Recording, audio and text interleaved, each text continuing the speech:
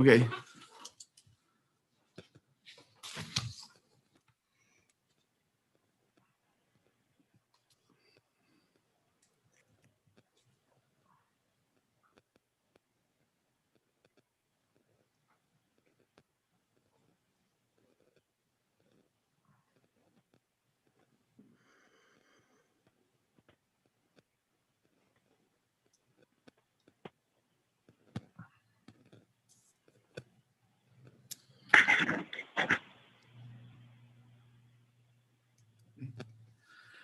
Good evening, everyone. This is the school board meeting for the Southeast Polk Community School District on November 5th, 2020. Karen, can you please call the roll? Fisher, Here. Maeve, Here. Slings, Here. Andy, Here. Crow, Here. Powell, Here. Crab, Here. Okay, all board members are present. We have our quorum. Next item is 1B, agenda adoption. Are there any changes? No. Motion to approve the agenda. Thanks, Second. Lori. Got a second from Chad. Any discussion? Karen? Maeve, Yes. Slings, Yes. Andy, Yes. Crow, Yes. Powell, Yes. Crab, Yes. Fisher, Yes. All right, item 1C is district vision and mission. Rick? Southeast Polk Community School District. Learn, lead, live. Success for college, career, and civic life. Engage all students in learning a challenging curriculum delivered through quality instruction. Thank you. Item 1D is public comments. Do we have anybody on the World Wide Web? Okay. All right. Kevin, are you out there on the I am line? out here. President Fisher. I have not received any comments. All right. Give it a little minute here, but we won't wait too long. President Fisher, there is one comment out on the Google form. Okay. Go ahead. Can you see it? Give me just one moment. All right.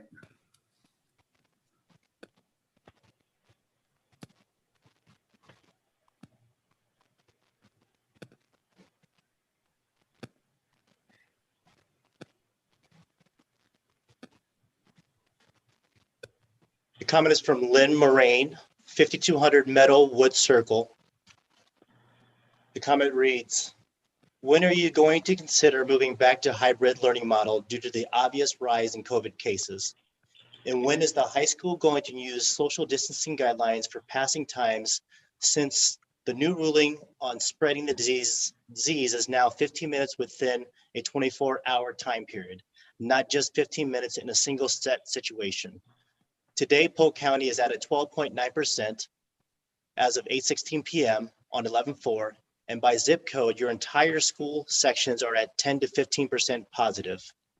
I'm just wondering how that protects your staff, students, population, since that should be the highest priority at a time when cases are rapidly increasing.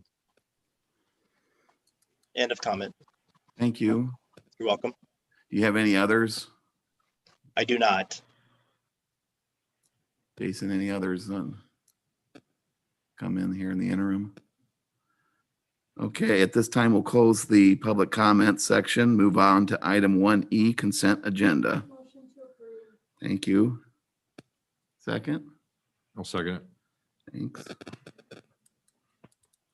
Any questions or comments?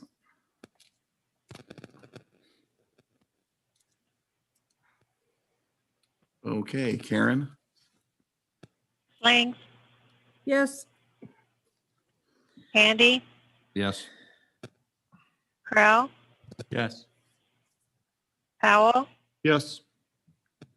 Crab, Yes. Fisher, Yes. Maeve, Yes. All right. The Roman numeral 2, old and new business. Item A is the 2020 IASB Delegate Assembly Representative. We get to select a lucky person to be a delegate, and it's virtual, right? It is on Zoom on the 17th at 5:45. Don't know timer at once. Tuesday. I think the 20th is a Friday. 5:45 PM. It's a Tuesday. PM, correct. I'll be glad to do it if nobody else wants to.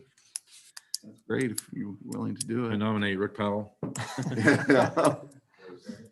second Second. All those in favor, aye. Yeah. Thank you, Rick. Thanks, Rick. Much appreciated.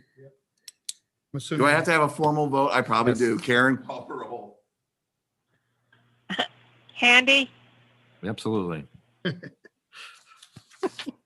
Crowell, to her Yes. laugh. Powell, Yep.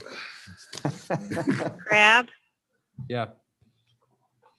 Fisher, Yes. Nave, Yes. Slings. Yes.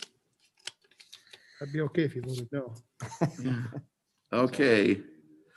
Item 2B is to set a public hearing for the 2021-22 academic calendar. Motion to set a public hearing for the 2021-22 academic calendar for public hearing on November 19th, 2020 to discuss the academic school calendar for the 21-22 school year. Handy will second that. Any questions or comments on that? This is just a requirement since the law changed a few years ago, that each time there's any adjustment to the adopted calendar, we need to have a public hearing ahead of time. Okay.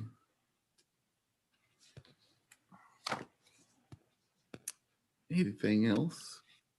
All right, Karen. Crowell, Yes. Powell, Yes. Crab, Yes. Fisher, Yes. Nave, Yes. Slings, Yes. Handy, Yes. All right, that concludes the business meeting portion of our meeting. Now, those are items that we actually vote on, take action upon.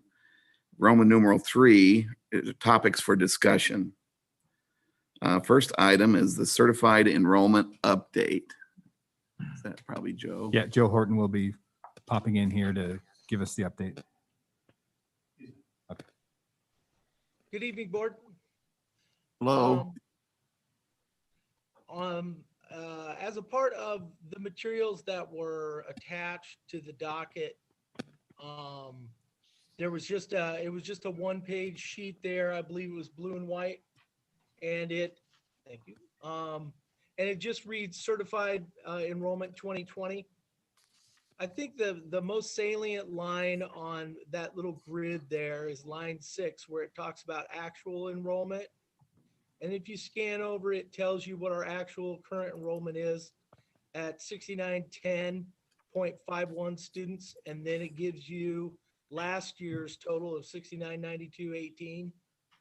And obviously we've had a change to the negative of 81.67 students, which fundamentally, obviously we've got 81.67 fewer students this year, which will have an impact on our budget next year.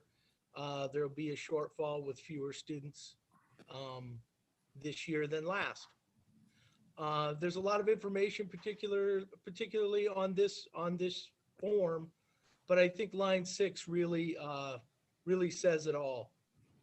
And again, I think this is to kind of reiterate something we've talked about in the past. It really is reflective of a statewide, nationwide trend with a drop in students who are actually attending school at this time. And this was not a local thing just for us too, because my understanding is that everybody in the metro side of Waukee was actually negative students, and Waukee has been plus 400 or whatever for years, and they're only getting like 150 this year. I can't remember exactly. I think it was in the 2s, and they've been in the 250. 6s recently. Well, in Ankeny, they're negative for the first time in. That's what I read in the paper. Yeah. Is some of that though because of the, maybe they went to private schools during COVID? Was that? It's possible, in the lead up to this, we've had Joe give us those updates each month, and a few different times he has dug into that. And what we found is it's kind of all the above. And that's when I talk to my peers, that's the same story that we hear. Combination of the pandemic and the economy, which are obviously closely intertwined. So Do we have a closer picture of what we lost in terms of students moving to private schools of some sort? yeah, again, I remember it being really low. yeah, Joe shared that. I think it was a month ago, maybe. I can pull that out, flesh it out, and send it to you guys tomorrow in my update too, if you want to see that, because we get that as part of the data of certified enrollment too, so I can go into. Yes, we go so far as to any student who has what we call an exit code, which would be a change of school, change of residence, maybe a change to homeschooling, things like that. Where if they've got an exit code, we've got a list of every single student who has an exit code for us this year, and actually in years past as well. So yeah, we keep track of them all.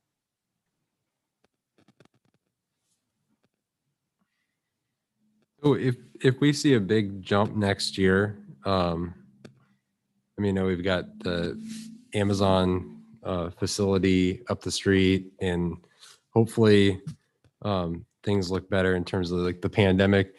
Is there a process in place, because this affects our budget for next year, for us to get additional like spending authority for next year if there's a big increase? There is. I'm not sure. Kevin may want to jump in, but he doesn't have to. I'll take a quick stab at it. It's still going to be in arrears a year, but we can go to the SBRC and ask for authority to fund those students, but we won't get the payment that follows with them for a year. Kevin, is there anything you want to add to that? Well, that's exactly right, Dr. Halupnik. Mr. Crabb, you'll actually see at the November 19th meeting, we'll be bringing that to you for the SPRC growth. 3 different items, one for certified enrollment growth, which we won't have this year, but we will have next year. One for extended ELL past 5 years, and also one for open enrollment, students that weren't here during count that we had come in after. So there is a method to get spending authority back. But as Dr. Halupnik had mentioned, that money doesn't follow that particular authority. So we get that back through cash reserve levy. Okay. Kevin, in the meantime, is that what we use to cover that hit, is the cash reserve levy? We can use the cash we have on hand. Yeah, cash reserve, I guess. Yes, we use the cash we have on hand. Remember, the cash reserve levy is an actually tax levy that we go out to property taxes to get. I meant cash. I meant money in the till, I guess. Yep. And again, that cash reserve levy, if you recall, over the past couple of years, we've been very limited to, because our solvency ratio has been in such good shape. Right. But with the things that are happening now with the pandemic and the budgeted spending on top of what we had for revenues, I anticipate that we will have a little bit of more room to get some of that money from the cash reserve levy. Okay. Along those same lines, Mr. Crabb, your question's really important from this standpoint as well. I would say somewhere between 50 and 100. We were expecting 50 to 100 more kindergarten students than who came this year, and whose parents decided it would be best for their family, for their child not to come to kindergarten just yet. And we're going to wait for next year. That will be one group of kids that we will have to, certainly, in addition to the financial planning, we're gonna have to do some thinking about how to accommodate 50 to 100 more kindergarten students next year than we were anticipating. We anticipated they would come this year and they won't come till next year. So yeah, I think those kinds of thoughts are ones, they're kind of hard to have right now with maybe the speed of the way things are going right now, but that'll have to be a future consideration for sure.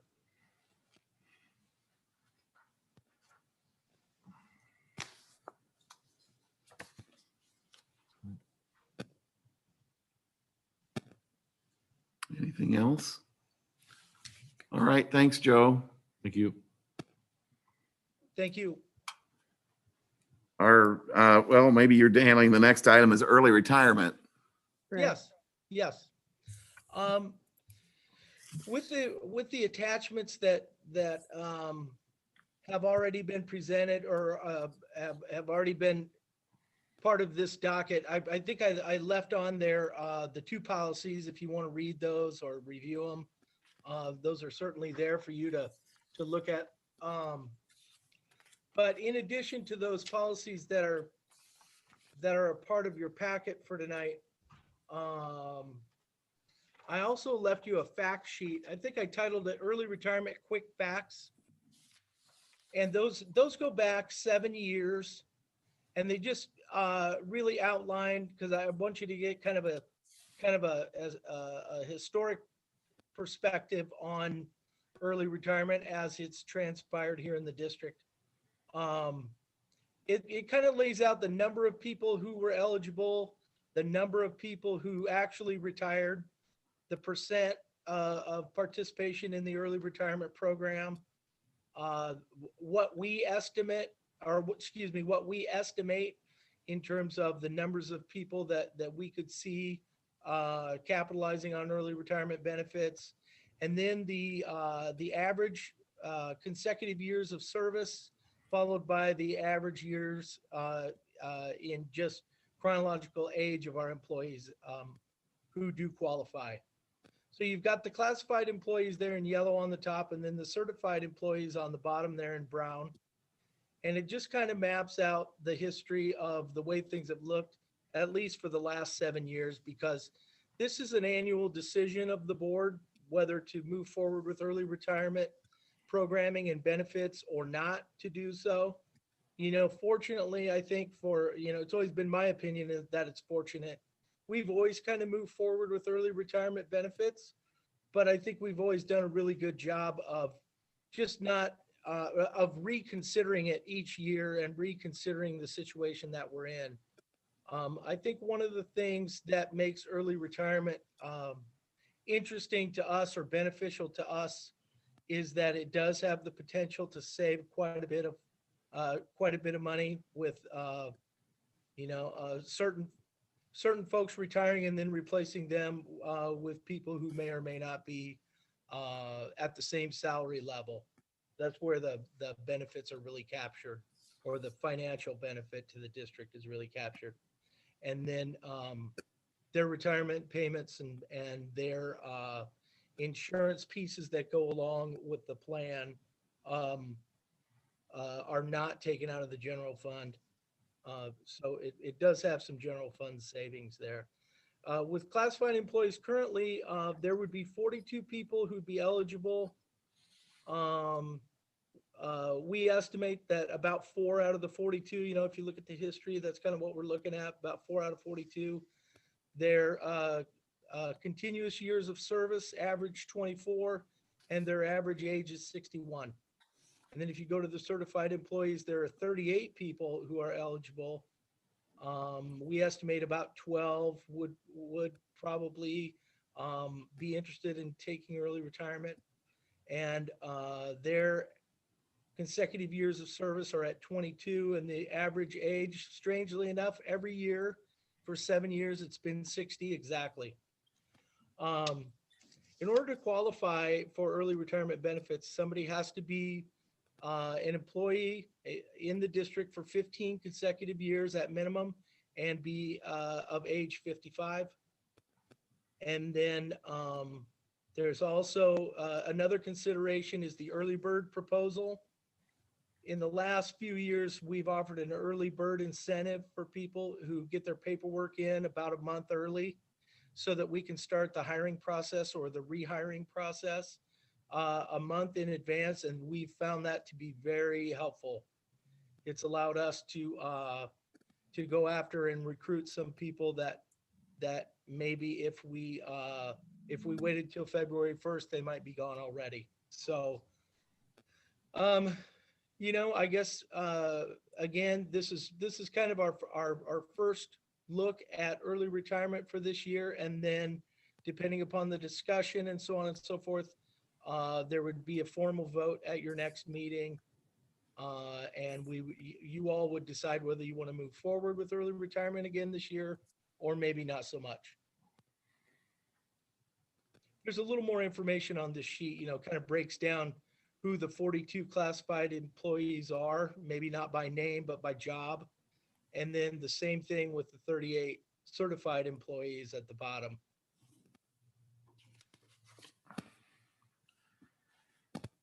Yeah, I think your estimates are going to be a little low this year, Joe. Yeah, But- floodgate might open. But yeah, I think it's a good program to have, and it definitely saves money.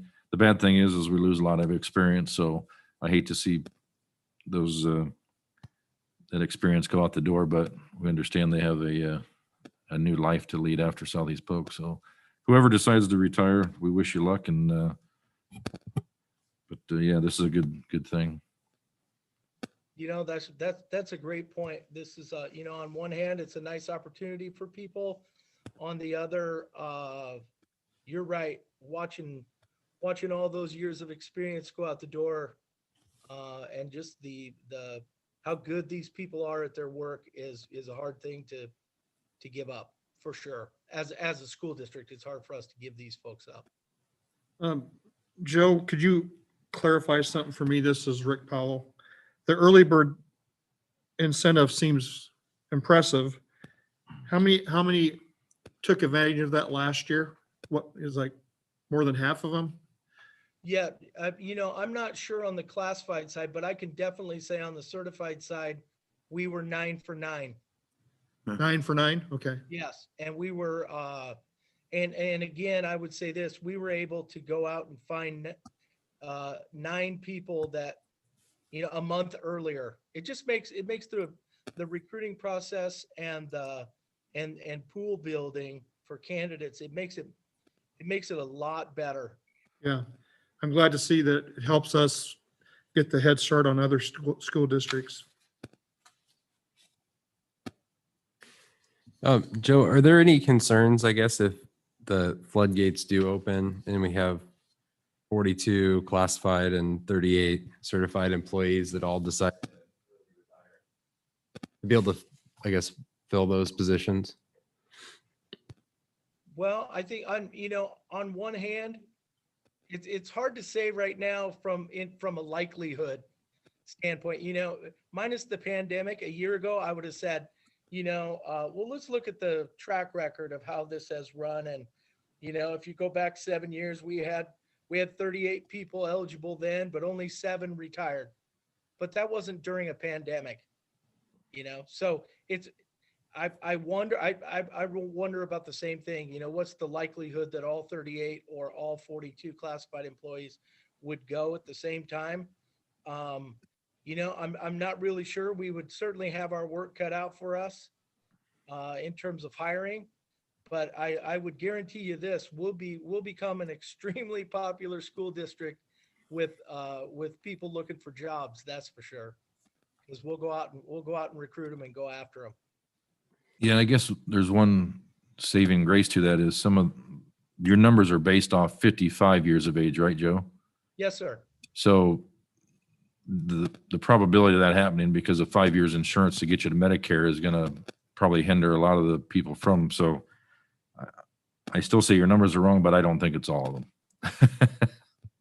If that gives you some relief. Right. Well, and probably so much the better for the early bird too. Just, gets us out there maybe ahead of some of these people that'll be in the same boat as we are. Mm-hmm. Do Yes, you know how many are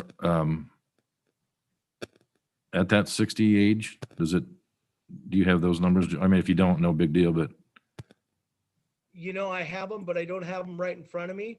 I can send you that in an email. I'll just email it to you that out of the 38, at like X number of people are 60 plus years of age.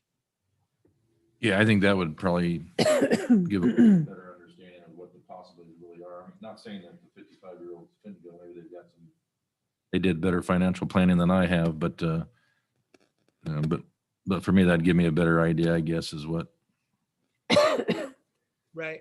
Is anybody else interested in that? Or, I mean, I hate to have Joe do the work just for me, but, Oh, that's okay. It'll take 2 seconds. okay, yep. You know, if one thing I have seen with the 55 to 59 group is that some of them will have a spouse who's on an insurance plan, and they kind of transfer to the spouses for 4 or 5 years, and then Oh, yeah. you know, and that's how they bridge that gap, or they stay with us for 5, and then the last 5 before age 65, they'll go to the spouse's plan. You could do that. So you're saying, you've got your sample letter in there, and maybe it's been in previous year's packets, but so that goes out to everybody who's eligible. Yes, So sir. everybody gets kind of a heads up. Hey, if you're interested, here we are. Yes, and you know, we purposefully we kind of stage this meeting, you know, as the place we want to begin talk about early retirement, do the vote at your next meeting, and then give all of our employees, you know, Thanksgiving, winter break, those kinds of, you know, that much time to think about it, because, you know, obviously this is a huge decision for people. You know, am I gonna end my life as a worker here? You know, is this going to be the time when I retire as an employee and go do whatever, you know, comes next in my life?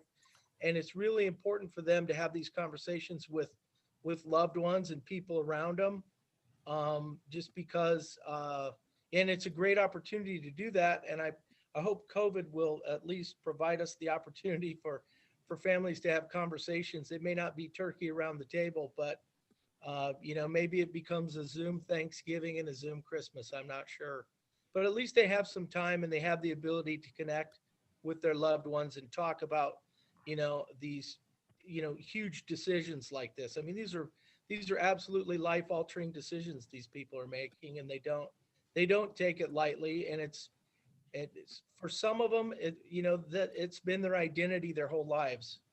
And then now all of a sudden at age 55 or age 62 or whatever age these folks are, their identity is going to change. And it's a difficult thing.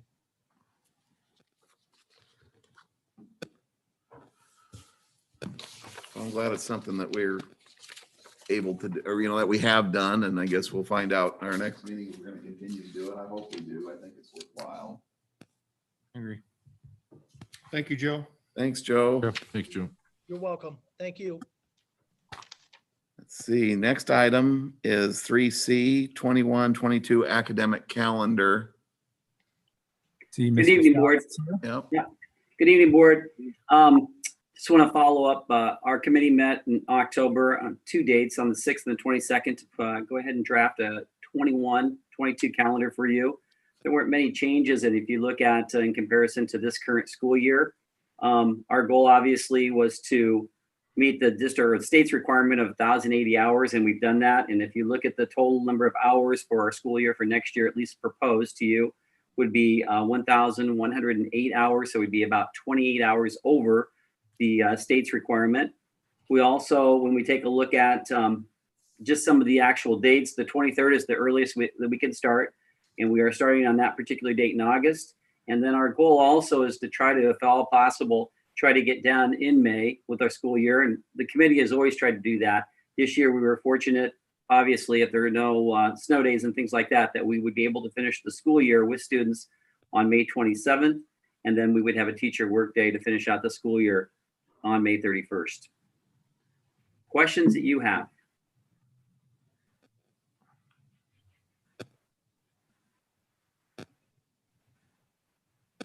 Looks good. I think it looks good too. I'm amazed. We usually have something to say about this. Steve, did we save ourselves some days of vacation since Christmas and New Year's fall on a Saturday? That helps a little bit. In particular, we were looking at December, the 22nd, obviously, we've been able to add that. So the original calendar draft that we looked at was going to May 31st, but that's not something obviously we want to do the day after Memorial Day, because Right. if we can finish on the 27th, a lot of those families take off and have vacation time over the Memorial Day weekend. And so that was obviously a goal, but that's based on inclement weather, and the weather's going to cooperate during the school year as well. Looks good. Thank you. You bet. Thank you.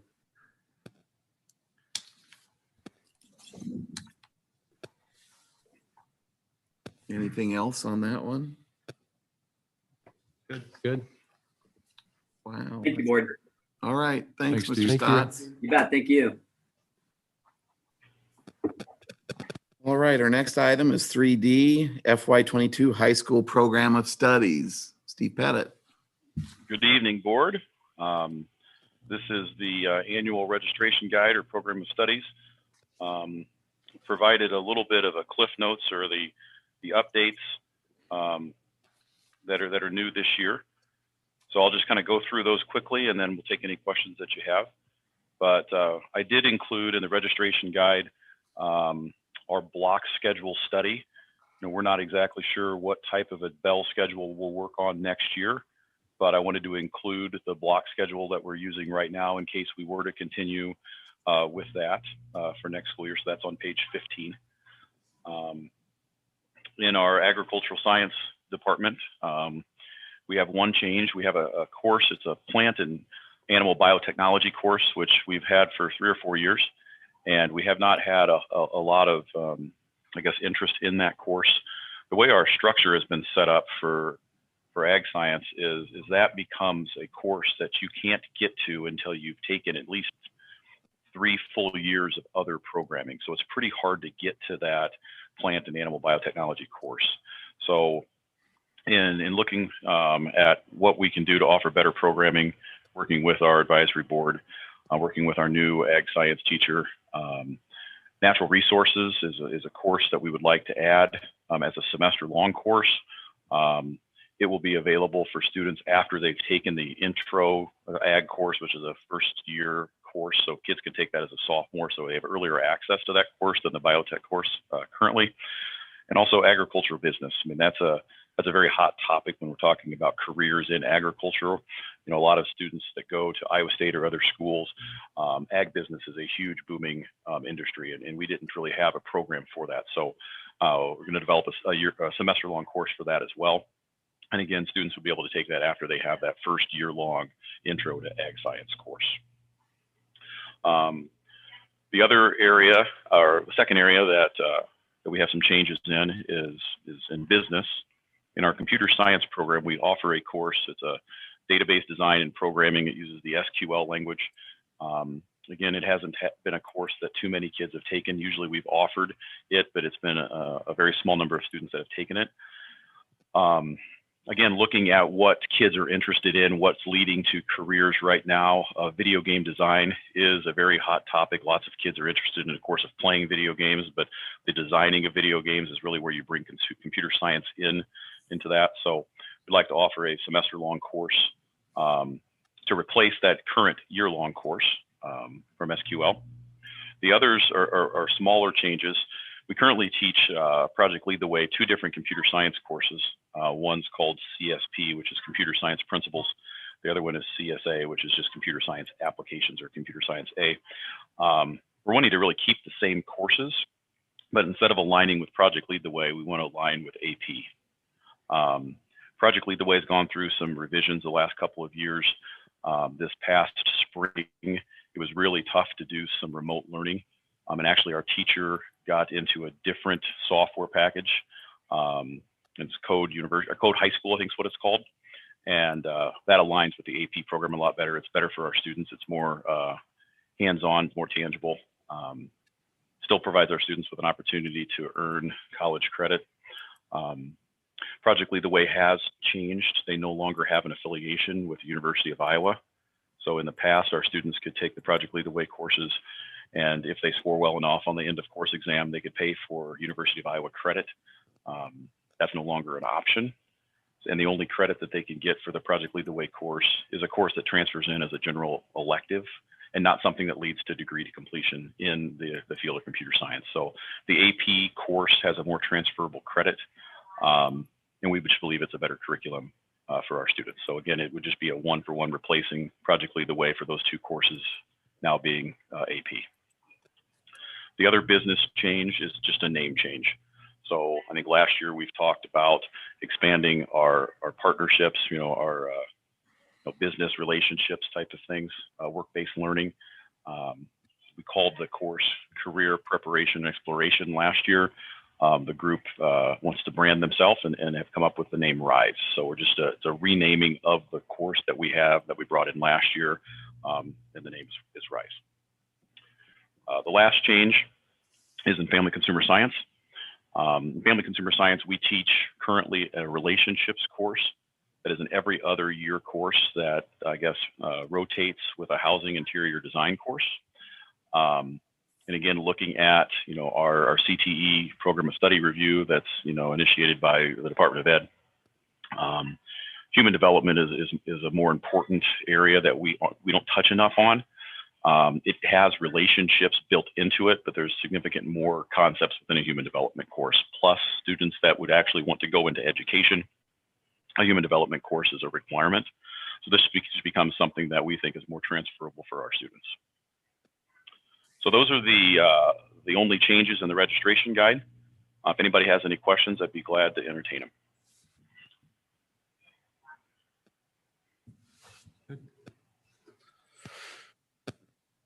Just one quick point of clarification. Steve does confer with Dr. Latham and the curriculum department, and they walk through all this too. So it's done in conjunction and in collaboration. Sounds exciting. Yeah, it does.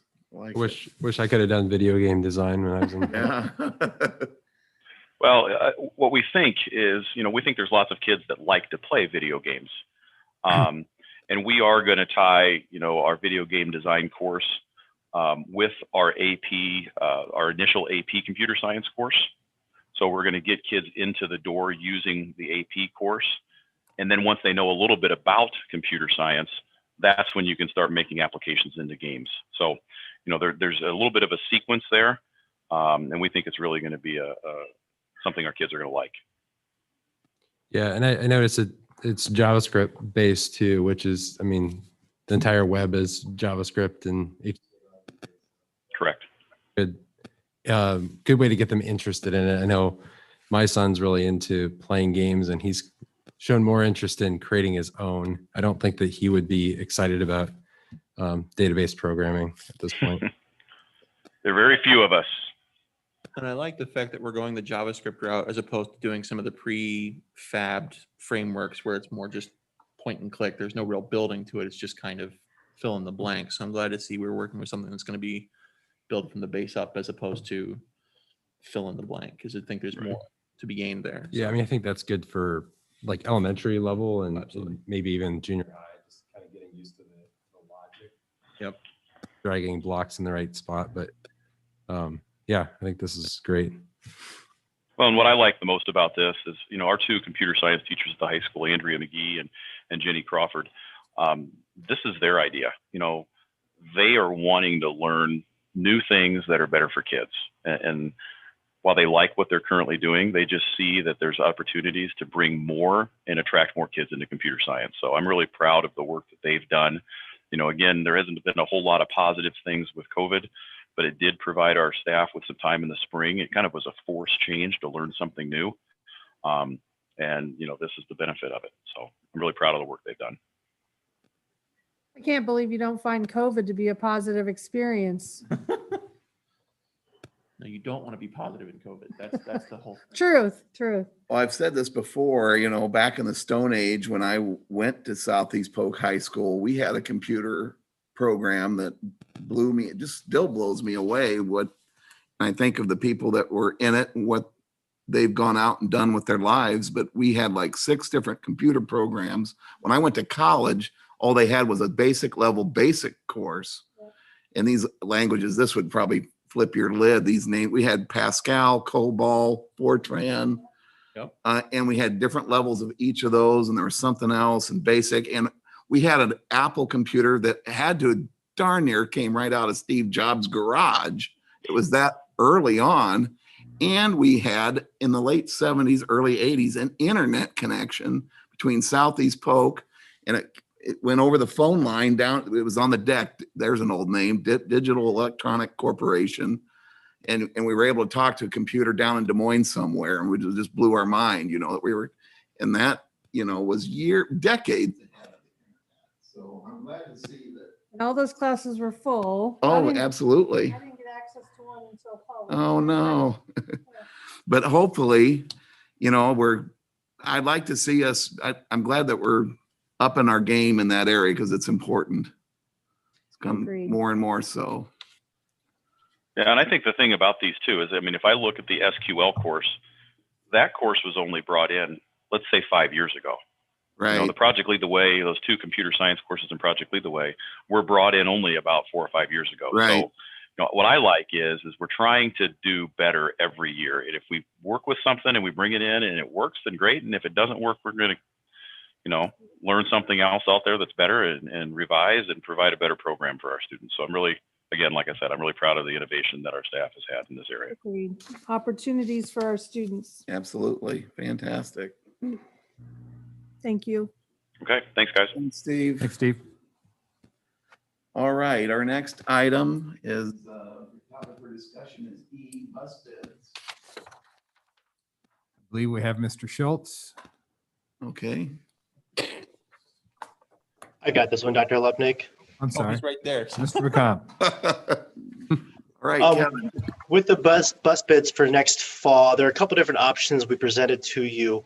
One being with either 5 regular school buses and 2 special needs buses, equipped buses, or 4 regular buses, 1 special needs equipped, and 2 athletic buses. Now, with the regular school buses, the larger ones, those are 77 passenger buses with no storage. The athletic buses are 84 passenger buses with storage underneath. And there is some demand for some storage when it comes to some of our activities and athletics that we transport our students to. Based on my discussion with Director Schultz here this afternoon, I think the recommendation at this point in time would be to do 4 regular school buses, 1 special needs equipped bus, and 2 athletic buses. The incremental cost between the 2 different options would be roughly $25,000. We believe that the athletic buses are about $10,000 to $15,000 more than the special needs equipped buses, but there is definitely a need for athletic buses at this point in time for the district. Does that keep our rotation on schedule of our bus turnover? Correct. That will continue to decrease the age of our fleet. Yep. Correct. Yes, we do have older buses right now. They're kind of in our sub pool. Some buses that are still on the list that are not in operation that we will get rid of. And also, if you recall, there were 4 buses that we had to take off the road, and that was paid for partly by the Volkswagen settlement that was going through. You mentioned that athletic buses have more storage room. Other than that, what's different? 7 additional passengers available on that bus. 84 versus 77. But they can Correct. be used. They can still be used in normal rotation and everything else. They can be used on regular routes. Yes. Dan, are those the flat noses we know it? So, okay. Do we have, The engines in the rear. Okay. oh, Instead of having the extended nose. do we have any of those now? 2, okay. I think MTA, not Big Orange Bus. I gotta ask, are they gonna have air conditioning? I'll put it on the options for you guys to look at. One of these days, we're going to buy air conditioned. We have, but We last have. year we didn't. We did. We didn't last year. He explained himself well on Yeah, why we yeah, yeah. didn't do air conditioning. We're gonna toughen some kids up. Have the windows down. The like- windows. Like you did when you rode. Yep. Sounds good. Anything So else? if the board is okay with that, we'll take the 4 regular buses, this 1 special needs and 2 athletic buses to bid. And those will come back for board approval during your December meeting. Okay, Thank you. thanks. Thanks. Thanks, Thanks. Dan. Thanks, Dan. Thanks, Kevin. Have a great day, guys. You too. All right, our next item is letter F, District Energy Conservation Program. This is Mr. Horton again.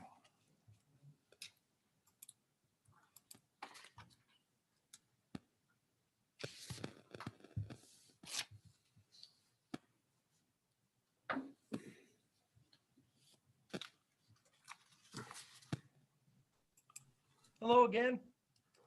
Hello. You know, the energy conservation program that we've enjoyed, gosh, I don't even know when this began, but it's been kind of wildly successful in so many ways. It's achieved a lot of the outcomes that I know that the board had for it, and it's also achieved a number of outcomes that the parent company Synergistic has had for it as well. But we're at a bit of a crossroads, and that's why I really wanted to run a proposal by the board tonight to kind of, it's that old saying about running a flag up the flagpole and see if anybody salutes or not. So in the past, again, it's been a really successful endeavor, and it's fundamentally been under 2 leaders. If those of us who've been around for a while, and can remember, when Rod was our first leader, and then it got turned over to Jeannie Christensen. Both of them just did a fantastic job with it in terms of meeting the outcomes that were desired. And we're at just a little bit of a crossroads here because we're kind of wondering, okay, do we want to stay with that model? Is that really what we want to do, is have one person? Because for Jeannie, that was half of her life in her past life, in her past role with the district. That was half of her job. And then with Rod, it was a lot of after school, evening, weekend, off hours stuff for him. And there was an arrangement made between the district and Synergistic about how his salary would have been paid 50-50. The parent company, obviously pays half and we pay half. So we started thinking about, how do we want to do this? Are we in a position where we want to dedicate a half a human being in their entirety to that? Or do we want to do something, or do we want to look at something that's a little more collaborative and would involve more people? Because despite its obvious successes, one of the problems with programs such as these, is buy-in. And it's ownership at the building level and at the, I think Gary referenced a number of, Mr. Fisher offered a memory he had of his childhood with the little bee next to the light switch where you turn it on and turn it off. Remembering those kinds of things, that was real buy-in. A lot of us as kids remember that from television, and remember it from our schools and things like that. And we did buy in, but now it's, I wonder sometimes about the level of commitment that happens at the buildings. And again, I'm not being critical of anybody. I'm just kind of making an observation that I would like to think that if we had greater buy-in and more collaboration, the program could be even more successful, or maybe even just equally successful to its previous editions. So we sat down and we talked about, and when I say we, I'll mention who all these folks are, but we sat down and started talking about, what do we want to do? How would, if we could have anything, what would this look like? And we certainly wanted it to be in line with our core values of the district, and to be able to point those out. The proposal itself, rather than going with one leader, what we'd like to do is we'd like to put a team together that's linked to Synergistic. And we would collaboratively involve 13 different certified employees and take a team approach to this. And it would not only include the operation of the program, but it could also, and I know this has been a goal for a long time, to have an energy conservation curriculum made available to all students or students at different levels of their educational attainment. And then, we would put all this together into the master contract by listing these roles or these positions as supplemental certified employee positions, much like head football coach or drama club supervisor, or that long list of jobs that we currently have. These would be added. These 13 people would be added to it. In terms of the district core values, the ones that we thought we could really feature with a more collaborative approach to the program certainly would be with the idea of collaboration and really literally teaching stewardship to kids and adults. That's what that B was trying to teach us, Gary, when we're supposed to shut the light off when you leave the room, was the idea of being a good steward, not only of tax dollars, but to be a good green steward as well. And then lastly, how to be adaptable, because even though the program over the years, again, has been successful, I think it needs to keep growing and it needs to keep adapting in order to match up with the outcomes that we desire most. The structure, really, there'd be two different jobs, although there'll be 13 people serving in these roles. One person would be what's called the district energy specialist and would be paid somewhere around a $2,000 annual stipend for this work. They would lead and coordinate what I'll later describe as the energy team. But the role is collaborative and it features a commitment to organizing process-driven meetings, collecting information, synthesizing ideas from data, from individual buildings, use data.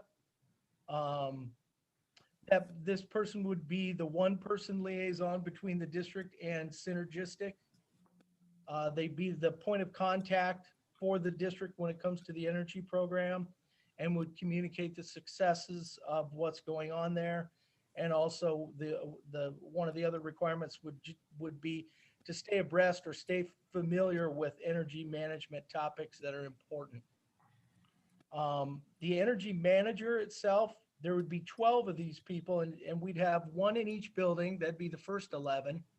And then the 12th person would oversee all other district buildings like the one that we're in, or the transportation building, transportation office, buildings and grounds, TLRC, where we have some folks working out of. But these people would be connected to these particular buildings, and they would they would have primary energy responsibility for the building. They would monitor energy consumption. They would conduct audits and walkthroughs. They would promote energy savings there in their own buildings. And then they would gather and report data to the energy team. The energy team is fundamentally this district specialist with these 12 energy managers, and they would meet monthly to coordinate their work. They would report twice to the board unless you wanted them more often. It could be more often than that. I was just thinking, beginning of the year, like a quarter of the way in and 3/4 the way through a particular school year. They could have a regular meeting with the Board of Education. They could talk about, fundamentally whatever you wanted them to talk about or focus on. And then they would also collaborate with the curriculum team to create, implement, and evaluate the energy conservation curriculum that would meet the standards of the rest of our curriculum in terms of being engaging, being challenging, and being reflective of high quality instruction. The cost of these 13 folks is about $16,400. That's just straight salary. And that compares very favorably to a half of an entire employee or the salary arrangement as we understood it when Mr. Hillpiper was in this role by himself. We've kind of run the idea past a number of people already. You know, I'd like to take credit for 100% of this for this plan because I really like it, but a lot of this plan really came from a conversation I had with union leadership with our sepia folks, and they really liked the idea of what if we really spread this out over over a large number of people, and we had connections to each building. Those particular ideas were theirs, and I'll just put it this way: if you really like this plan, I'll give them the credit for that. If you don't like this plan, I'll blame them. So that's those were their inputs into the process. We also ran this by the building principals, and 8 of the 11 got back to me and gave me some feedback about what they liked and what they didn't like and what they wanted changed. And that was very, very helpful. But in the end, those 8 folks endorsed the plan. We ran it through our executive cabinet and did the same thing. And then lastly, we gave Synergistic a preview, and we got their endorsement as well. So even after we put the plan together and we all thought, hey, we really kind of like this, we did look at some of the risk factors, and we did try to flesh out what if this thing were to go south somehow. What if there's a lack of interest in these positions? Just because we're willing to pay somebody $2,000 or $1,200 to do some work, it doesn't necessarily mean that people are going to line up to do it. Is there too much? We are asking ourselves, and we won't know until we do it. Is there too much work here for the stipends that we're offering, or is there too little work here for the stipends that we're offering? And then lastly, one of the reasons why we wanted to do so much collaboration with this is that whoever the energy manager person was, they always seemed to get a lot of grief about sort of the, holding people accountable, because nobody likes to be held accountable for anything. I certainly don't, but we all know it's a necessary part of the work. And what we wanted to do is try to take as much of the, hey, I got you, or I caught you not paying attention to the little bumblebee next to the light switch and you didn't turn it off. We want to try to get away from as much as we can and really have good relationships and good conversations about being energy conscious and the value of moving in this direction, rather than having this be 100% about audits and who forgot to turn their computers off over the long holiday weekend.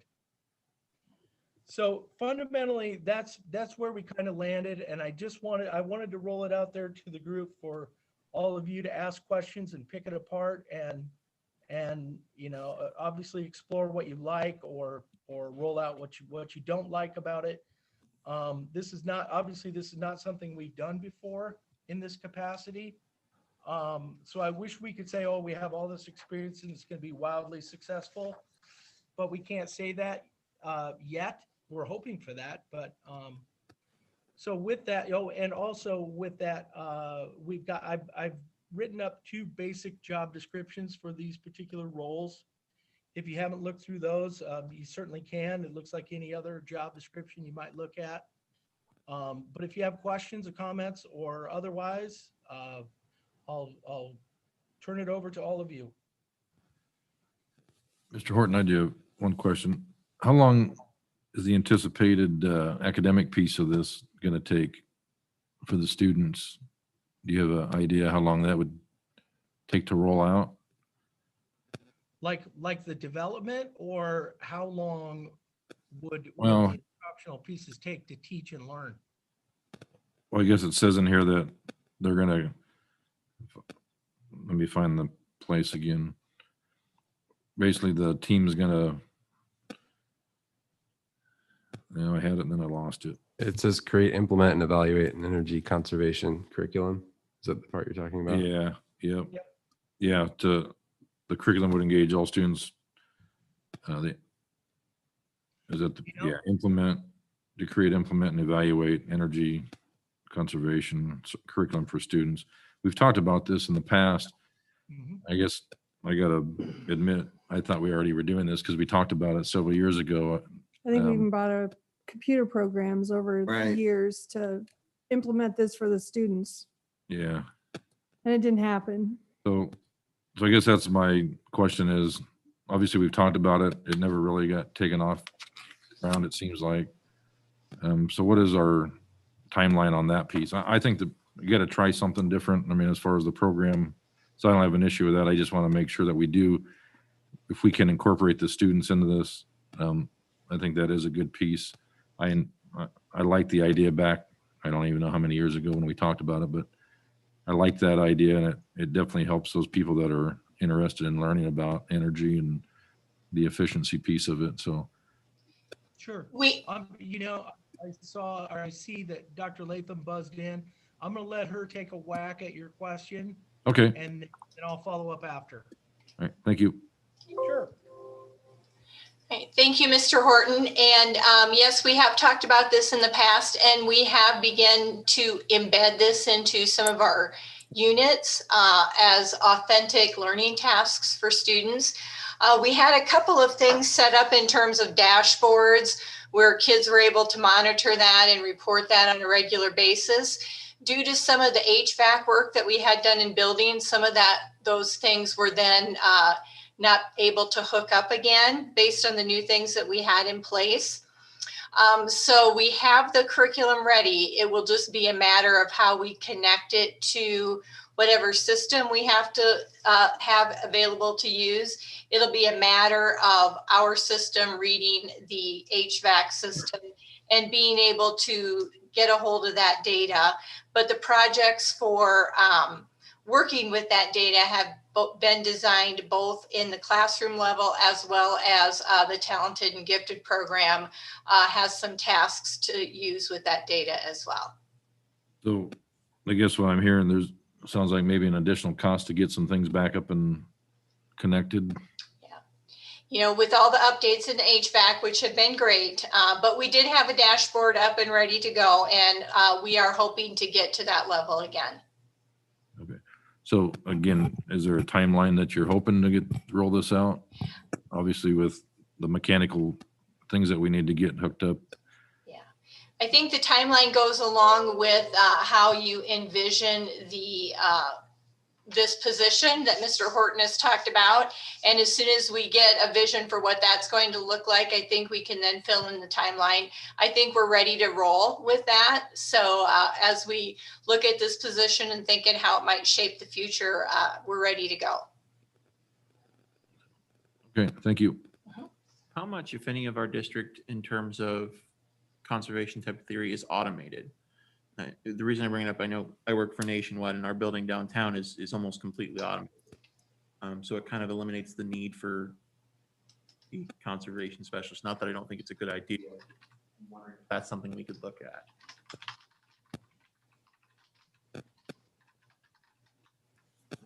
Well, I think one of the pieces that we forget about is computers being left on and Whiteboards, everything, lights. everything. And it's they not look- all about just the boilers. It's No, that would, but for instance, Nationwide, our lights are automated as well.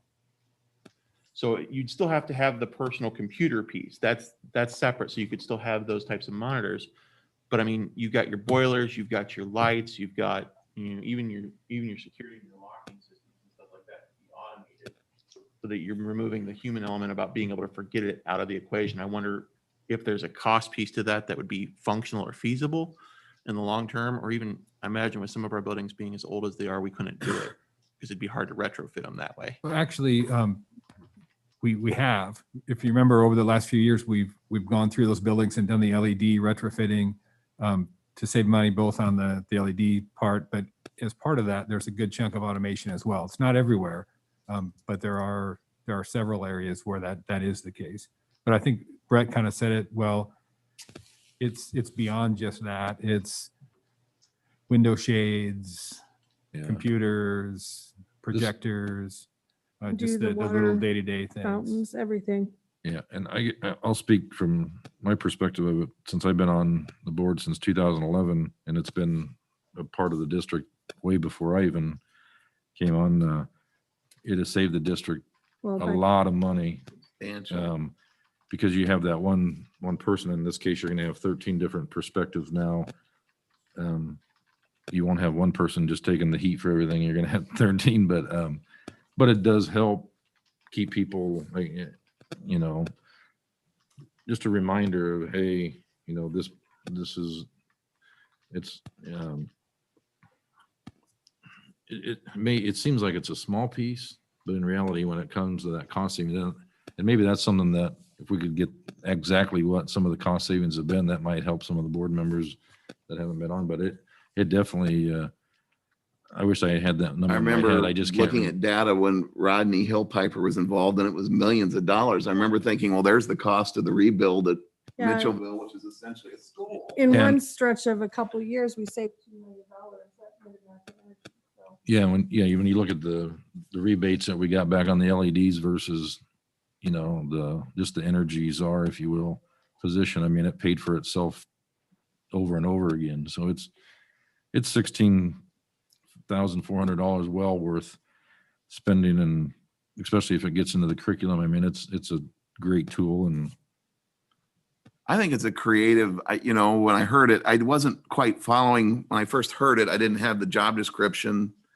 And so when I saw the job description required an education degree, I wasn't quite following. It's like, well, I don't know if you need to have an education degree, but if the idea is to plug this into the curriculum part, and if it's something that we can sit down with the union and they're excited about doing it, then I think what we do is try it. And I guess if it, you know, if we have to modify it, we monitor it and modify it. But I think it sounds like an interesting opportunity, and maybe it won't work, but I think it sounds like it should. yeah, and I don't disagree with the automation, which you're speaking about, Adam. I don't think you can rely on mechanics. I mean, obviously, if we could rely on just mechanics, we wouldn't need Jason to run our computer piece of it. He's looking down, he's not paying attention, he's ignoring me, but we need him, you know. I mean, he's a very important part of our place. I think Adam's point's valid, though, in areas where we can do that. Like when we're looking at building new buildings or remodeling, are there things we can automate? Because, I mean, lots of corporate offices have shades that automatically go up and down based on the sun, and, you know, lights that turn on and off as they need to. And so we should do that too. This sounds like a pretty low investment if it clearly an ROI to it. And I really like the idea that there's a presence at each building that's accountable to a certain degree to promote this as well. Having to take on that responsibility.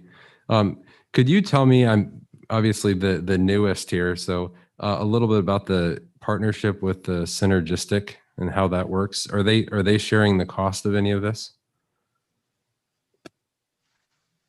You know, I think that was a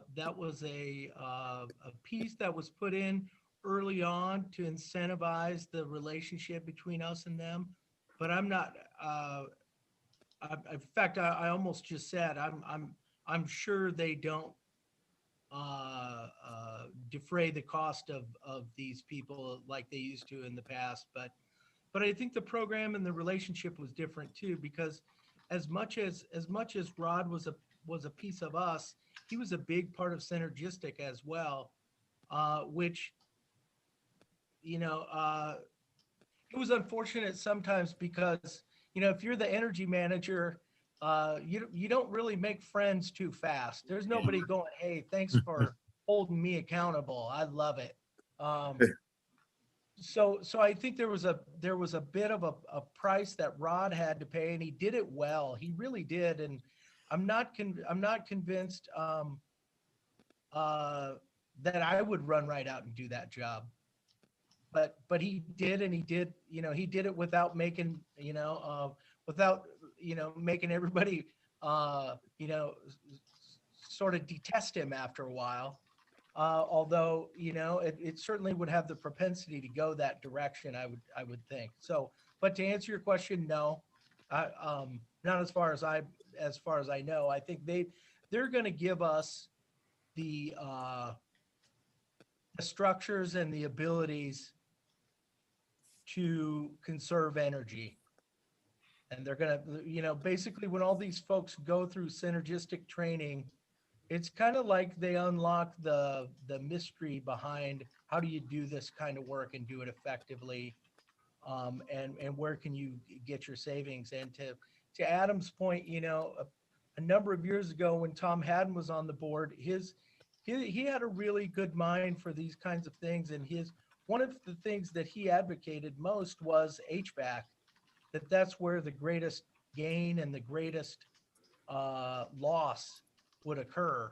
You know, not necessarily maybe just turning the light off in a classroom or something like that, but he was very much convinced that HVAC was the way to go. If your objective was to purely save energy and money and that was it, then HVAC and putting those controls in place, much like Adam was talking about, was the way to go.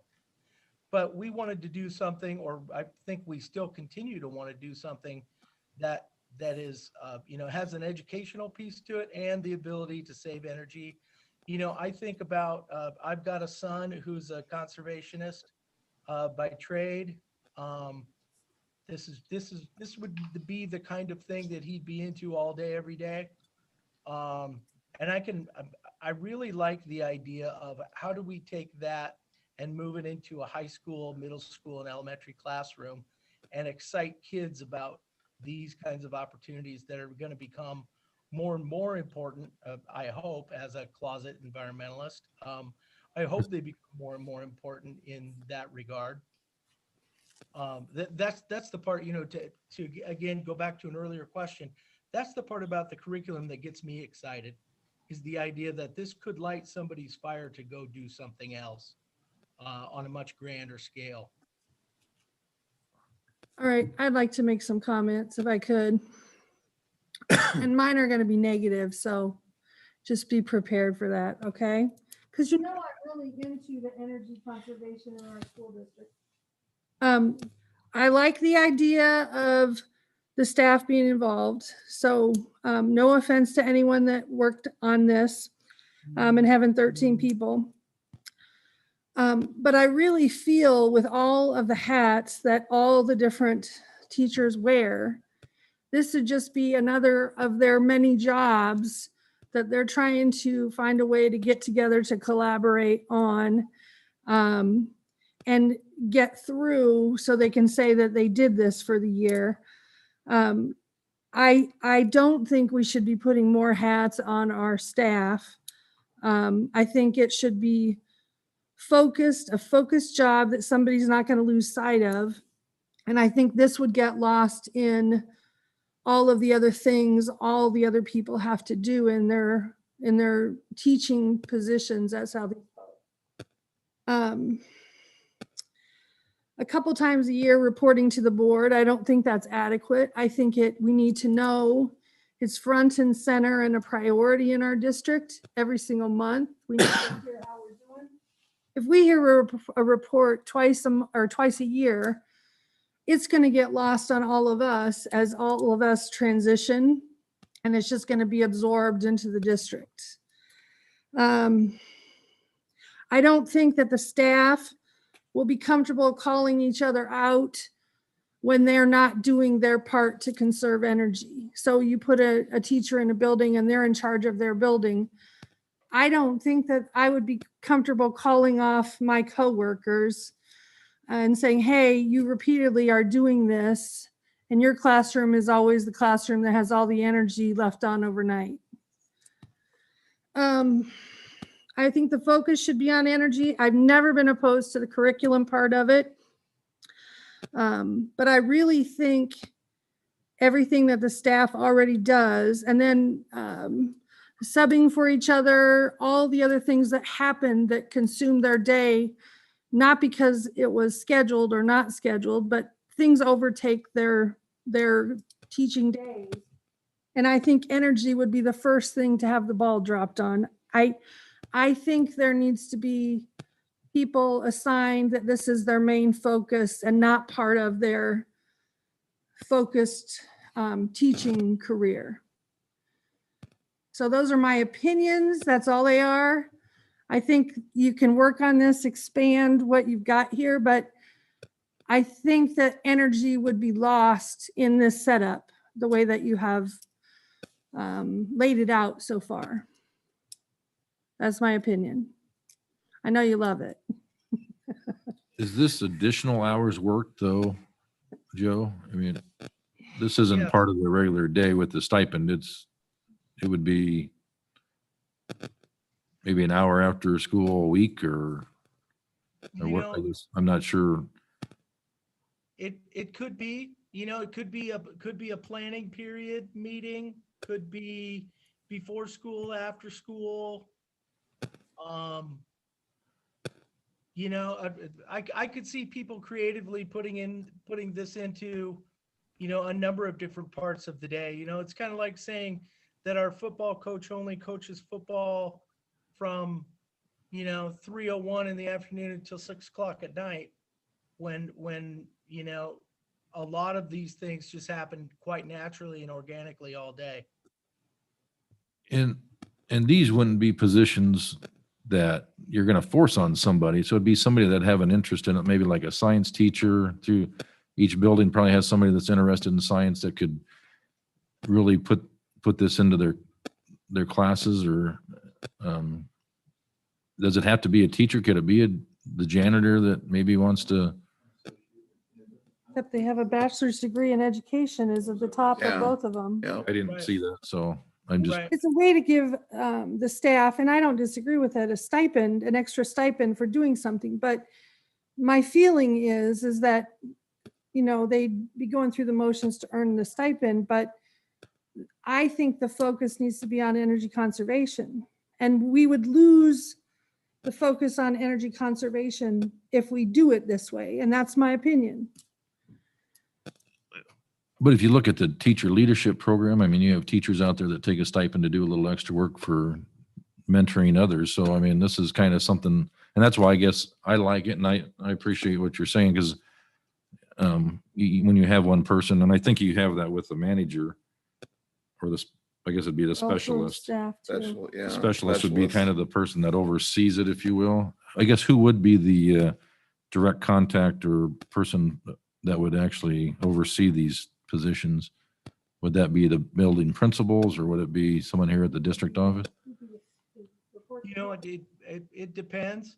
I think if you are the district specialist, I've kind of inserted myself in there only because, it just seemed natural that if we're going to make an effort to redesign what this looks like, I don't know how great I would feel about saying, hey, guess what, Kevin Bacom, you're going to oversee these people. Yeah.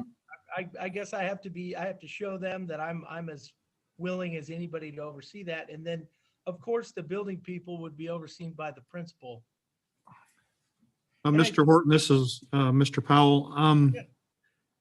I agree with Chad's statement a little bit ago about when we build some new schools here in the future, that we should keep these things in mind, and as many things that happen automatically with lights being shut off and shades being drawn. And that's just the age that we're in right now. So I hope we consider that when we build our new schools here in the next 5 years. And I also agree totally with Lori that we don't want to spread our teachers too thin. And I don't want, that would be hard to turn in your peers that you need to do this job correctly. But the stress that would put on, or would they play favorites and overlook some people and nail some other people? I agree with Lori's concept there that it would be hard for a teacher to oversee other teachers' positives and negatives, but I think it's a good plan. I love the idea. I just wish, I agree with Lori that you put some people in a unusual circumstance of overseeing their peers on something that's real important. I guess, in terms of the accountability piece, as with anything, if there is a situation that requires an intervention, the building principal is uniquely designed to be the intervener. Whereas the teacher in the building who's taking on this energy role,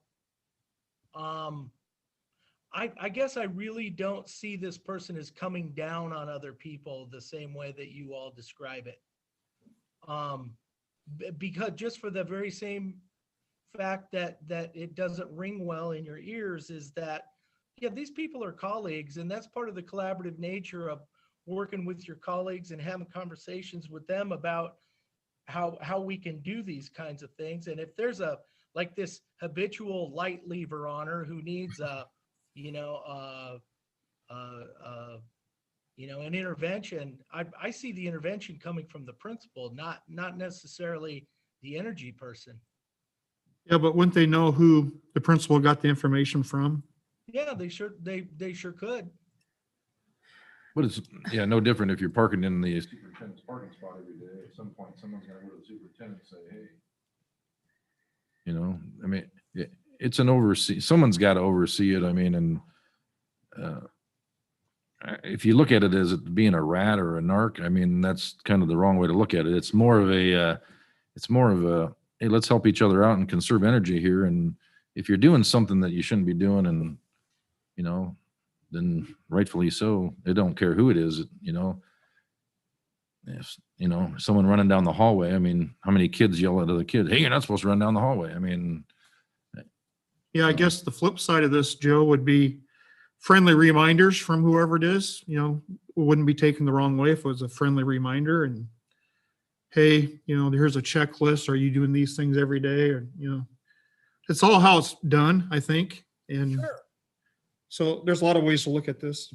But I think even when the person that has done in the past, it's more of just, here's the report, and each building is still responsible for correcting those. So it doesn't come back on that person even now.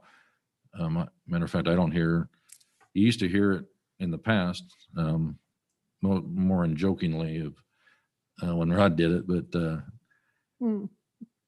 now I think it's just part of the process. I don't really see people hear people complaining or. It hasn't been happening lately. But we, you know, and bring Jason up again.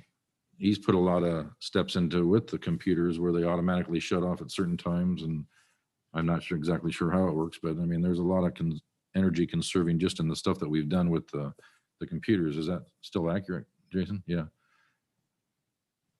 So I think each step we take, we don't want to eliminate this position. I think it's good enough that it's willing, we should try it. And if it doesn't work, we can always go back to something different, but Yeah. I like it. Like, do you remember, Joe, do you remember the gym wall I asked about every meeting?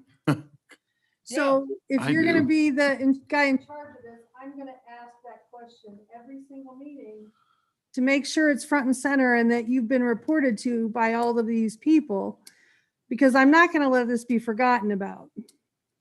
And I'm okay with you trying it, but I kind of feel like even like their planning times get absorbed when we don't have enough subs and all those other things that are happening. This is something that could easily be lost and forgotten about. And when I'm not there to nag about the energy person, this will be forgotten about.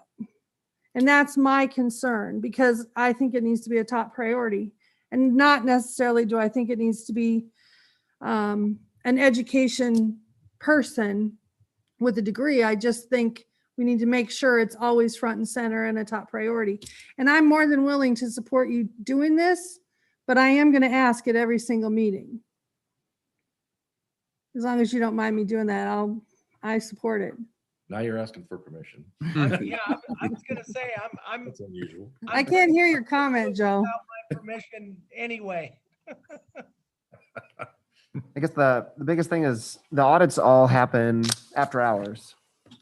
So I mean, like during planning periods and stuff, right? Because that's the only time we're really down and off is after hours. So I think they put a lot of time in the previous energy going through the buildings after hours and stuff. So I guess that's the biggest question I had, is how would our staff They'd probably have to come after hours and And that you're asking for a lot of time and so then, yeah, like you said, if there would be interest in a small stipend for, I mean, I think they committed a lot of time going through all the buildings. All our buildings are big. That's a big ask to go through every room and check everything. And So, worst case, maybe they get out there and they have nobody interested. They're like, yeah, Yeah. I ain't touching that with a Right. 10-foot pole and Mhm. we gotta go back to square one. Right, yeah, So I mean, it's right. The hiring process may determine Right. how this Right. really goes. You know, we may post these and everybody goes, "Are you kidding me? I'm not doing that." Mhm. And then $400, make it 12,000 on it. Yeah, right. Just talking about Well, the stipend, I mean, I'll put it on my list anyway. for Mitchellville, 1,200, that's a small building. It wouldn't take too long. But if you do that at the high school, Yeah. Yeah. in Mitchellville, you probably do it in an hour. High school, what, 5? If you're going to every single room. Yeah. That's a good point because Yeah, the high we- school is a little bit bigger than Mitchellville or Ronald. Building, I mean, it takes more responsibility, so. Yeah, we might have to clarify like how often that needs to be audited and yeah, so they can actually see the time. What the investment is. Right, exactly. Yeah, I think Synergistic is very programmatic in how they lay that out to people in the training about how often audits have to occur. I think they're very regimented in what that looks like. Yeah, so just make sure we put that forward, I guess, as far as in the job, if we want to push this out and say, hey, here's what the expectations are as far as you're going to be auditing once a week or once every 2 weeks or whatever we're going to do there. So I'll just put see. this out here, Joe, just so you're aware of this when you're dealing with this. I remember there's so much I remember about this position. And I'm glad, yeah, it used to be very front and center, but maybe this was Rod's time. I don't know, but I remember, as far as Rod, I remember one time a former superintendent jumping up and leaving a meeting we were in the middle of because I think he'd left his light on or something. I mean, he was he's running around because he's afraid Rod's going to get him. And so he definitely was, hard, the patent of the We saved conservation enforcer. money. Save money. We did. But save we money. saved money and lots of it. And so I think that's effective. But then I'd also read these reports. Oh, so-and-so left the printer on, didn't unplug this. And all that adds up. And I work some late hours, not as late as I used to, thankfully. But if I got a case, I'd come home sometimes. And where I live, there would be all the lights on at the football field in the middle of the night, 2 a.m. Obviously something's not right. And so if there's some way, and I don't know who's in spite of that, but you can shut off all these little switches, but boy, you leave those babies on for 5 minutes, it all just went out the other way. So somehow that all has to have a net around it too. Mhm. Right. Right now we get, I think. I'm sorry, with this Joey. proposal- I just think with this proposal, we wanted to take a different look at it. And if we want to roll all the way back and say, let's do Rodney too, then let's. Nah, I'm not saying that. I mean, if that, no, I'm not, I guess I'm not, I don't want to put words in your mouth either, but if that's a consideration that we want to make, we certainly can do that. I'm just not, yeah, we certainly, I'll just leave it at that. We could do that. No, I'm not even advocate. I liked it. I think it's creative. I think you try it but keep your eye on it. And if it needs help or adjusting, we do so. and we get monthly reports right now, or is it monthly or I can't remember. I see the emails come out. Yeah. So, yeah, I mean, obviously she's doing several jobs right now.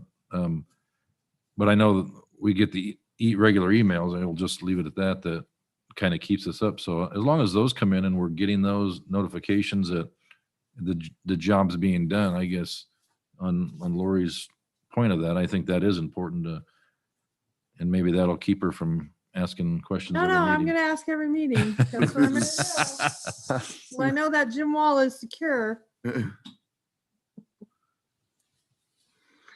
Thank you, Joe. You're welcome. Thank you. All right. Next item is G, Fine Arts update. Mr. Campbell and possibly Mr. Bartles.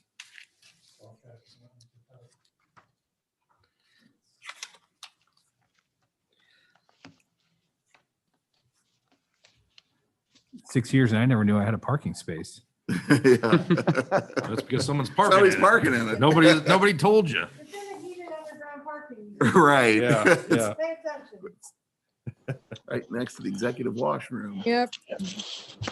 Hello, everybody. Good evening. I'm here with Jake, and we wanted to just give everybody a little bit of an update. I think more or less, to a large extent, fine arts programs, in particular vocal instrumental music, were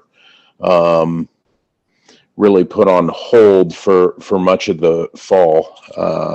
And as time has gone on, and we've started to roll through most of our extracurricular programs, obviously we've gone through almost our entire fall season and try to come up with a pathway forward for those groups and those students to be able to perform.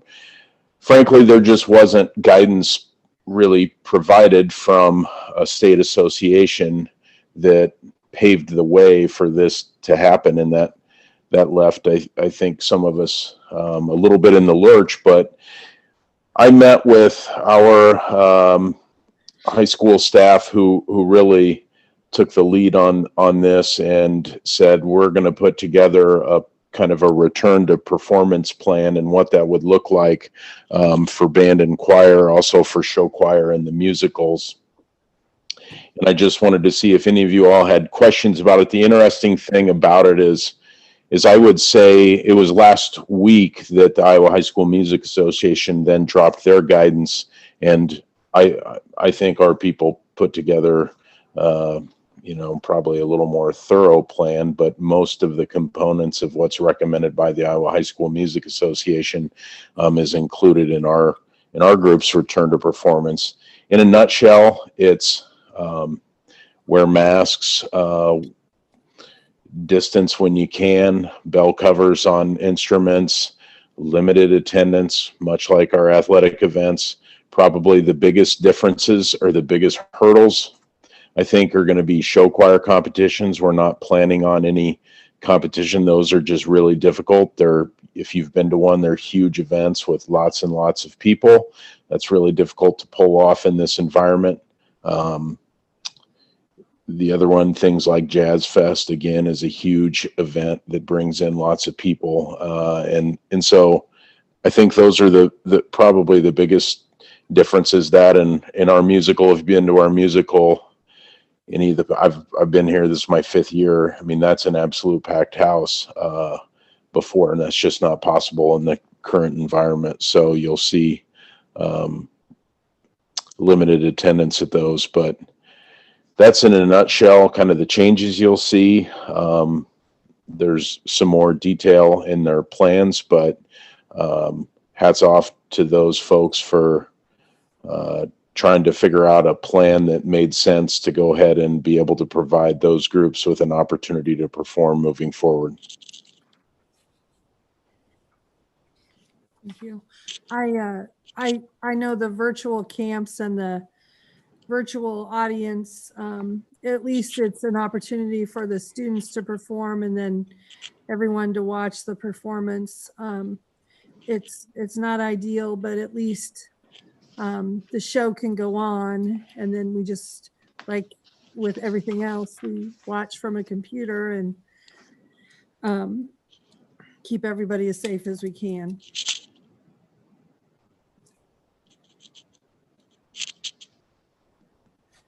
Yeah, I must say, reading it all kind of breaks my heart, like the whole year, but what we got to do.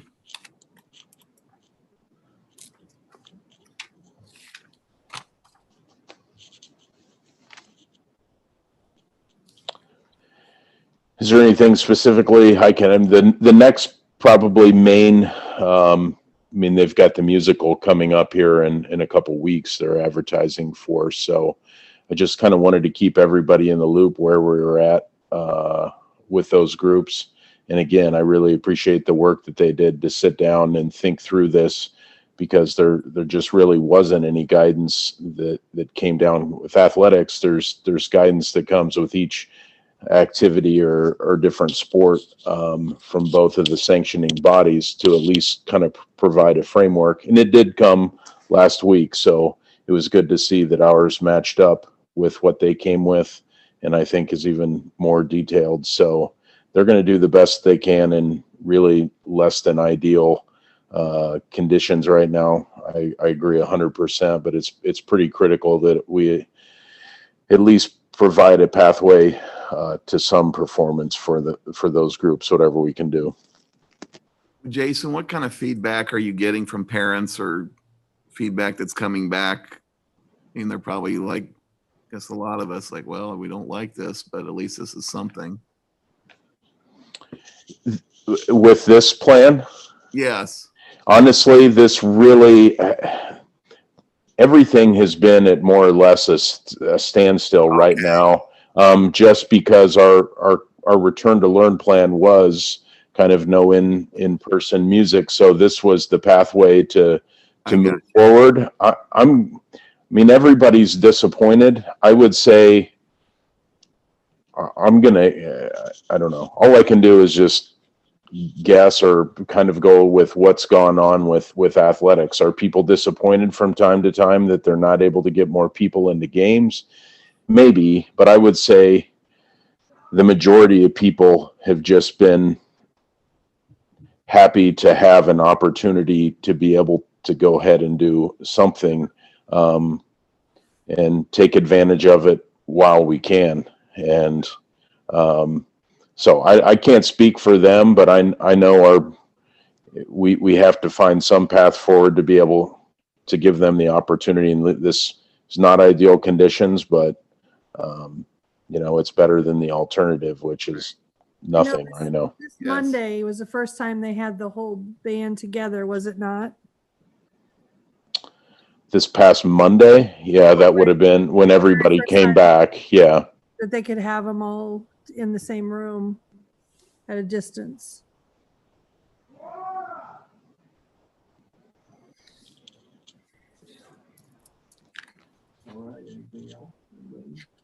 Yeah. Thank you very much. All right. Thanks, Thanks, you. Jason. Thank you. Thanks. Thank you. Okay. Yeah, I put Yes. at your place, New data. due to the conditions,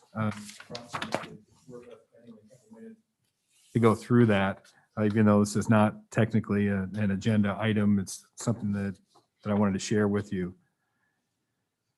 And I know it's a lot, but I wanted you to have everything that we're looking at. When you look at that front page, you can see where we're at from a percent positivity over 14 days standpoint. This morning, it was at 13.5%. I believe right before this meeting, it had ticked up to 13.6.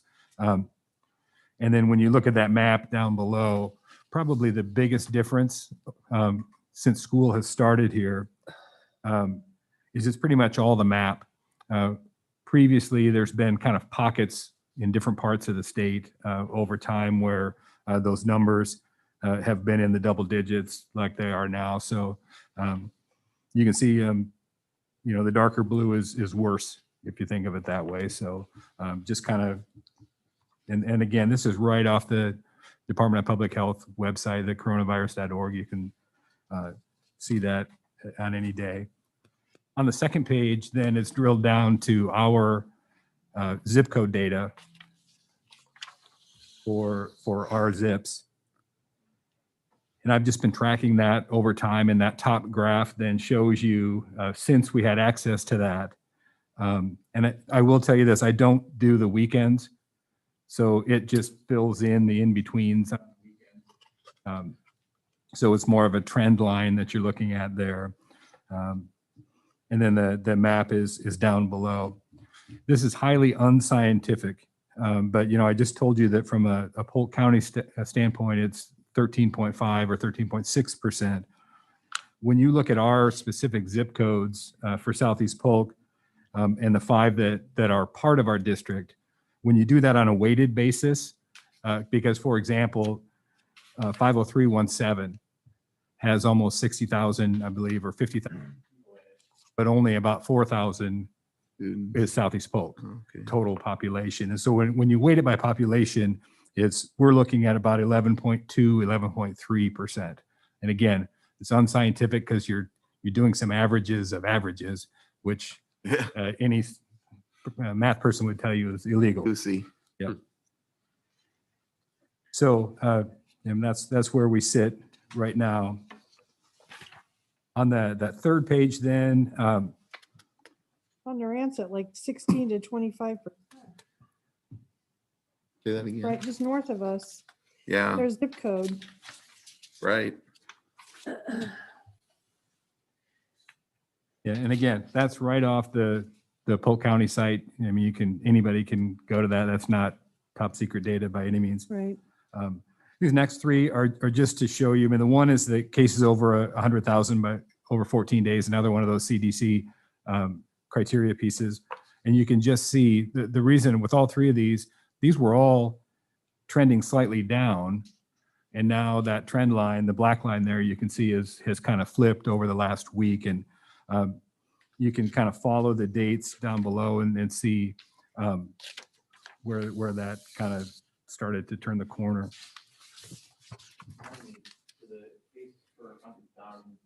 200 paid cases was supposed to be the top of the echelon, wasn't it? Yeah, I put a green line in there. That 100 is that was the CDC. That's where it turned to green. If you think back to theirs. But yeah, as we talked, we were in conversation feeling at 200, we felt pretty decent about that. And that was part of a discussion that happened in this room earlier. But yeah, 100 is the CDC number there. We're at 6 times that. Okay. So the very bottom of this page is a pretty important one. You can see that our average attendance or absentee rate is 4.57 this week through today. So it's not the full week yet because we'll see what tomorrow brings. And I put over there in parentheses, we're at 4.41 a year ago. So it's up a little bit, but it's at this point still not something that's is really statistically significant right now. The next two pages, I know, are tough to read. I wanted you to be able to see each building, and that's for every day of school that we've had this year as you follow along there, even though the dates only go every other day. But what you can get out of this is the ranges, and you can see it's anywhere from 0 to right around 8% as far as building level absentee rates from day to day. But most of the time we've hovered in that 2 to 5, 2 to 4% rate, and that's something we're watching closely. Obviously, I know I'm the oldest one here, but it's hard for me to tell the difference between 4 Mile and the high school. I was thinking Willowbrook and Centennial Yeah, are the same yeah. color. Yeah. What I'll do is I'll share the numbers with you versus the trend line. Like I said, the purpose of this one was just so you could get an idea of Where they're moving. trends and that there wasn't, like, for example, when I look at this, I see orange, which was Centennial, and I see the green of Mitchellville because they bump up a little higher at those Right. 2 times or 3 times. Right. So you get an idea there. But yeah, I'll share with you the hard number data so you can get an idea with that. The one that kind of dipped down, the gold, is that junior high or Delaware? Where are you? At the end of the sheet. On the very right side? Yep, that's the junior high. That's the junior high? Okay. Thank you. Yep. And then the next page is the same thing, but with, this one's a little more concerning to me right now. As you see in the most recent date says that there's more than one building that's bumped up there. And those are quarantines by and large that jump in there. When a teacher quarantines, they haven't had a positive test, but they're quarantined because of possible. Correct. What are they still doing something as far as like logging in to help teach? Do we shift them over to the virtual model during those? Yeah, 10 the answer days? is it depends. Okay. Yeah, for the most part, they're doing something. And in terms of covering the physical presence in the classroom, how are we doing with that? Substitutes. Yeah. I mean, how is that coming? Are we being able to cover all those? Are we having issues where we're not having enough substitutes? It depends on the day and the place. Okay. So, I'm hearing they're having yeah. trouble. That's what I'm hearing too. Not just for us, but everywhere. Sure. And not every day, but it's a struggle. Right. I would not disagree with that. That then takes you to that final page where it shows you the cases and the quarantines. And again, you can see just the trends over the course of the year. And we've definitely had an uptick with both students and staff over the last 2.5 weeks or so, I would say. I would say though, it sounds like we're doing something right as far as with our mask wearing.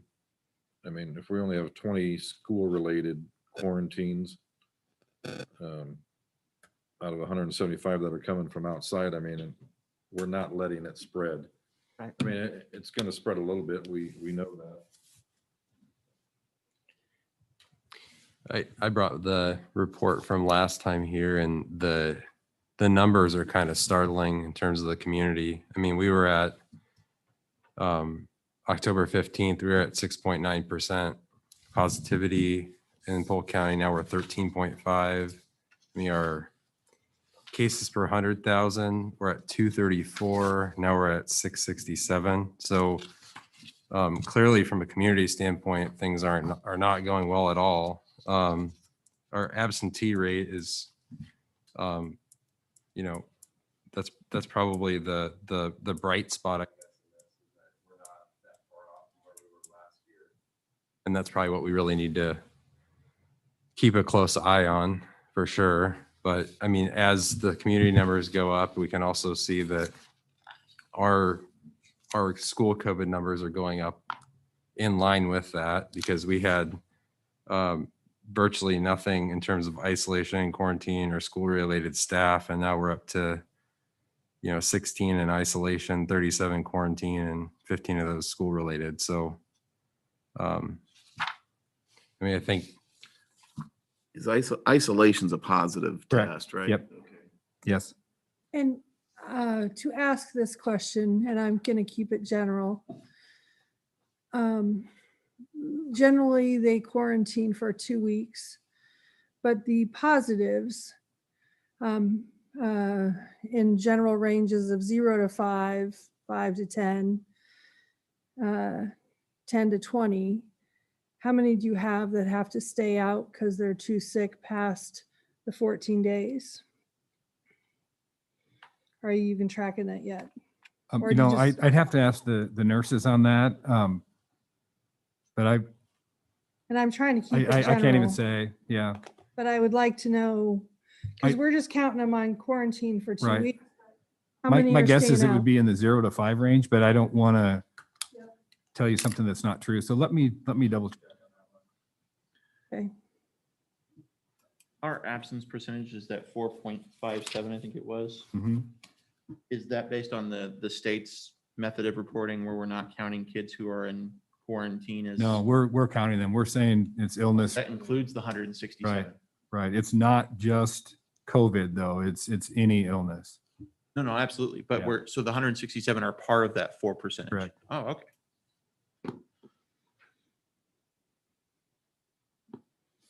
how are we doing with mask adherence? Like, are we seeing any issues with that? We kind of had a change in our mask policy in terms of what was acceptable and what wasn't. Are we seeing a lot of issues with people wearing the proper masks? None have come to me this week. I can tell you that. Again, that's something I can do a little bit more digging on. I think I'd hear it though, because all those things come to me. So. Mhm.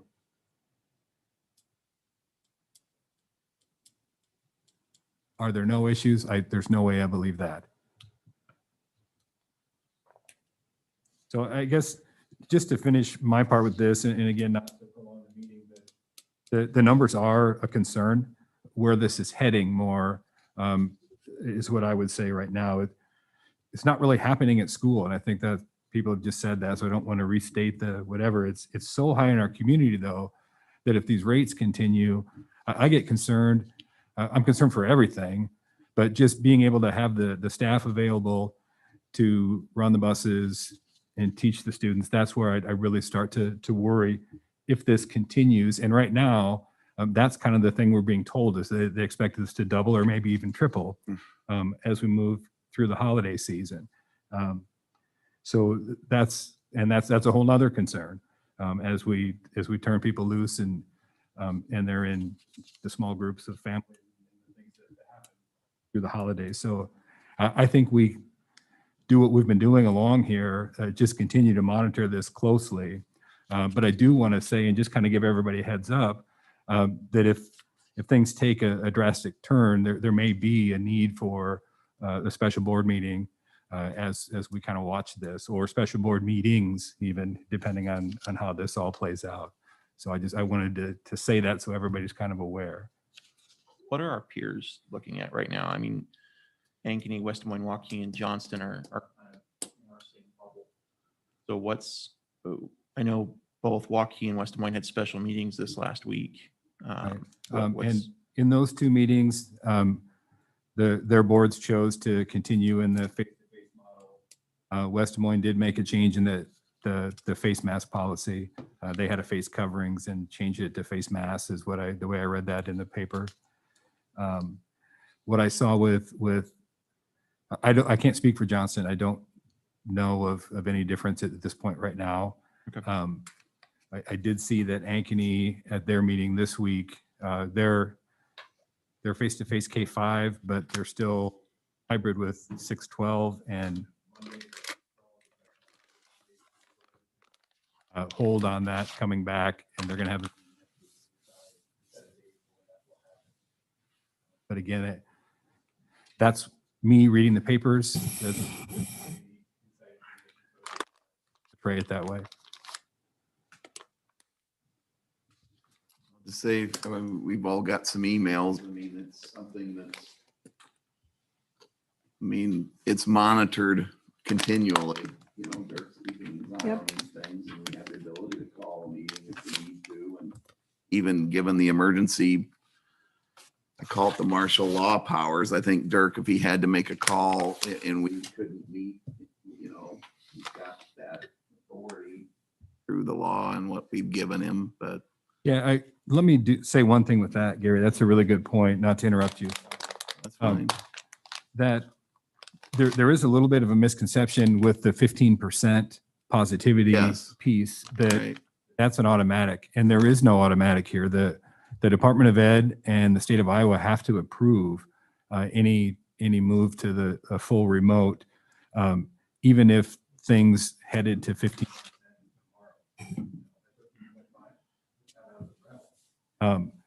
So that it is not a given. It's not something where we can just flip a switch and automatically do it. There still is an approval process that has to be done. all right. Anything else for the good of the matter? Got a motion? Motion to